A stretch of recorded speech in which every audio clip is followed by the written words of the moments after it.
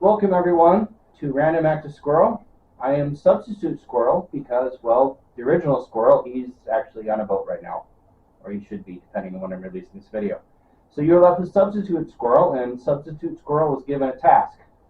We're going to be talking about all three Equalizer movies and give you guys something to chew on while I'm sitting on a boat and possibly drinking expensive alcohol and hopefully not feeling too sick. Today, you and Substitute Squirrel will be talking about Act 14, Random Act of Cinema, the Equalizer Trilogy. The Equalizer, the first one, and Denzel Washington. So, figure today we'll have some fun, dig into it.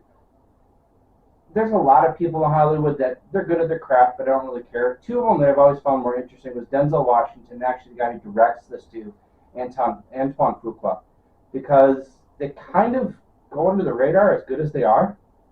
Both of them have been doing their craft for a fair amount of time, and they're very good at what they do, but I don't think they get noticed as much as they should.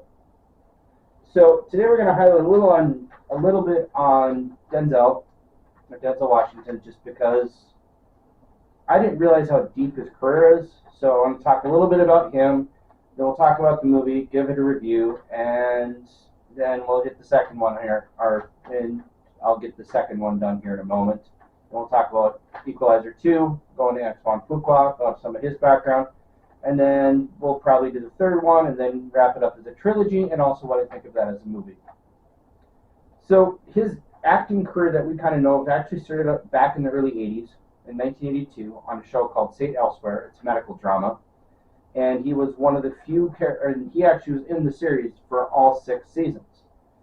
And after he did that, he did a lot of theater, which is another thing that I noticed too, is he kept his it seems like, is going back into stage stuff. So as I thought about it, I'm like, why is he doing Hamlet? And why does he have the Macbeth and he did Fences and things like that? It made a lot more sense once you realize as big of a movie star as he's become, he really does love stage play. So he likes being a stage actor just as much as being the A-list guy. In 89, he got a Best Supporting Actor for Glory. In 92, he got a nomination for Best Actor in Malcolm X. In 93, he was one of the main characters in Philadelphia. In 2000, this is kind of when his career started really going from being like one of those cool guys. He did a bunch of stage stuff in here too, where he's kind of just building steam. In about 2000 or so, when he really started exploding. In 2000, he got a Best Actor nomination for The Hurricane, where he plays a wrongly accused boxer. He also gained a lot of mainstream culture popularity by being the head coach Herman Moore in Remember the Titans. In 2001, he met up with the director for all 3 of the Equalizer movies, Antoine Fuqua, in Training Day. And let's see, anything else on here? Between that, he did a lot of stage stuff, which I was aware of, but I didn't realize as much. Another thing I find interesting about him is in this very disposable world of everywhere you go, and even more disposable in the Hollywood world, plus instability, things like that. He met his wife in 1983 while working on St. Elsewhere, and he's still married to her, which is pretty amazing. According to the thing that I found on Wikipedia, he still reads his Bible daily, and I have seen where he actually is trying to stand up and make a difference with everything going on. A lot of what he was saying was said long before people started speaking a couple of years ago, too. I forget that about him, that as active as he is, he really did try. He's really about making everyone stand up and be better, which I thought was pretty cool. So, on to the movie. Equalizer itself was based off of a series from, I wrote this on my other piece of paper, it ran 4 seasons from like 85 to 89.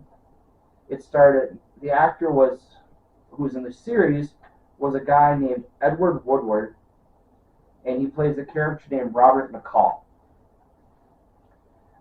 They took the idea of it and they modified it to a screen thing.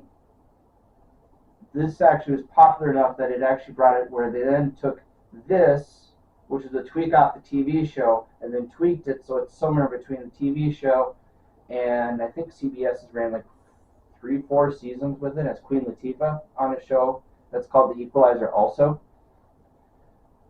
What I like about the first, when you walk into Equalizer, is you can tell you're walking into a very smart movie. And it's not the action movie you may think it's going to be and the way the poster builds it out to be. It starts off with a quote from Mark Twain that says, there are 2 days, or the 2 most important days of your life are the day that you're born and the day you realize what you're supposed to be. So you know right away you're dealing with a very literate, very intelligent movie. And they allude to a lot of his career paths, and on a filming level it's really cool because there's a lot more shown than said. And there's a distinct slow burn style throughout the whole thing. He knows exactly what he's going to do. They know exactly where they're putting their pieces. They know exactly what story they're trying to tell. And so the story is him working in this sort of mega hardware store like a Home Depot or a Lowe's. And I'd forgotten since rewatching it, it's a lot quieter of a film than you think. And there's a lot less action in it than you think. And it's a lot more about him helping people with the little stuff. There's one character in there, and the name eludes me right now, where you see him start off, and he just wants to become a security guard, which is really, I mean, here's a guy who has this very illustrious past, can hang out with very important people, has done big and epic things, and he's helping this guy just make his little dream so he can survive of being a security guard. And you watch as he just slowly helps the guy by being tough on him when he needs to, but lifting him up when he needs to also. And I thought it was cool how they threaded it through the whole storyline to the point where, like, some of the lines when he's training at the beginning become relevant at the end. The story really gets moving, though, or what causes the action part that you're watching, is when he gets restless, he goes to this all-night diner, and there's an eluded lady in the night. They don't really fully describe it, but she's a girl doing things she doesn't want to do, and she's trying to get out of it. And she's always fascinated by him because he doesn't, unlike most guys who look and ogle, he just does his thing. And so she becomes very fascinated by almost his calmness. And then he just sits and brings his tea, opens it up, and reads the book. And so along the way, her conversations were like, well, did you catch the fish? Because they'd start talking about Old Man in the Sea. And I loved on a writing level how they intertwined the Old Man in the Sea, which is where they start the book, and then the second book, because he finishes it up, he's almost done with it. And then he goes into Don Quixote. And I love how they intertwined some of the major themes of both of those books into Robert McCall's life, the character played by Denzel Washington. It made it was cool because I already knew the base themes, but to watch them interweave it and kind of tell these 2 different stories through another character is really neat. And you watch this guy who didn't want to interact, but the world kept interacting with him and kept pulling him out of his shell and pulling him out of his shell, pulling him out of his shell, till eventually there's nothing he could do about it. As a drama, and you'll probably hear this again and again, it works really well. And it does have a very distinct style to it. But it also has kind of an old man feel to it, which made perfect sense because the character's retired, apparently looks like a military guy with connections.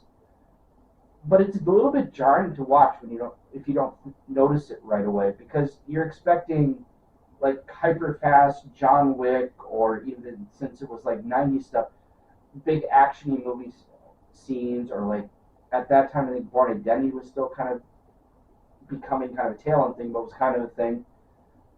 And those things aren't in there. It's very simple. It's very brutal when it needs to be. It's very effective. The end does have some epic stuff. I'd forgotten that all of it is actually in the Home Depot-esque or Lowe's-like lumber thing. And it's just him being very methodical. And the whole movie is wrapped in his character. That I would say is the biggest problem with the movie, though, too, is there are points when it's so slow burn, you wonder if it's actually burning anymore. Or like the plot is going in there and like kind of narrow it down, speed it up. And so sometimes the runtime felt a little bit longer than it is, but it was very deliberate in what it did. And the other part I thought was interesting about it is whenever I watch it and I remember it, I like it. But then if I think about it, I have positive thoughts. But it's not the kind of movie I find myself falling back into all the time, just because the pacing is a little slow for me.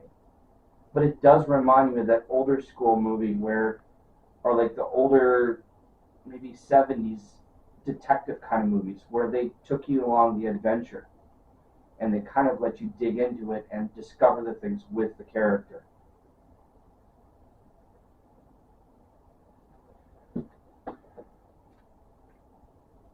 So then, let's see here. We're going to write Equalizer, the Equalizer.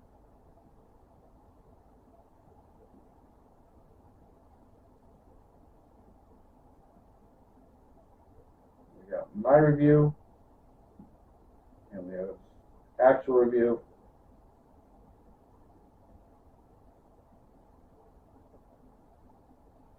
All right, so I'm going to go here.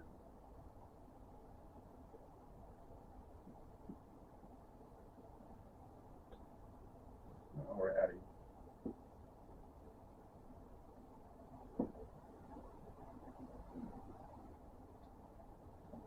We got bad writing, but I think we've already established, anyone who's watched the video more than once, that bad writing, I think, is just a prerequisite. So, Equalizer. For me, I'm giving it a 7.5. If you talk just overall quality of movie, that kind of thing, it's probably closer to 8.5. With what he does, how it's made, the craft work, that kind of stuff, it really is that good of a movie. But for me, it's a kind of movie that I fall out of because the pacing is just a little bit too slow. And all three of them, which you're probably going to hear, feel a little bit like a bait and switch because you see this very menacing, this looks like an action movie kind of thing, holding a gun or standing very dangerous looking. And a lot of it's about him replacing himself into the world. So it's not exactly what you think it is. It's still an enjoyable ride and it's a really good movie. I just would forewarn people that if you're expecting high action, that's not what you're going to get.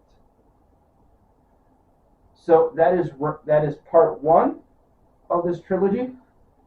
The next one, we're going to learn a little about Antoine Fuqua and his filming, and we will talk about the second of the trilogy, Equalizer 2.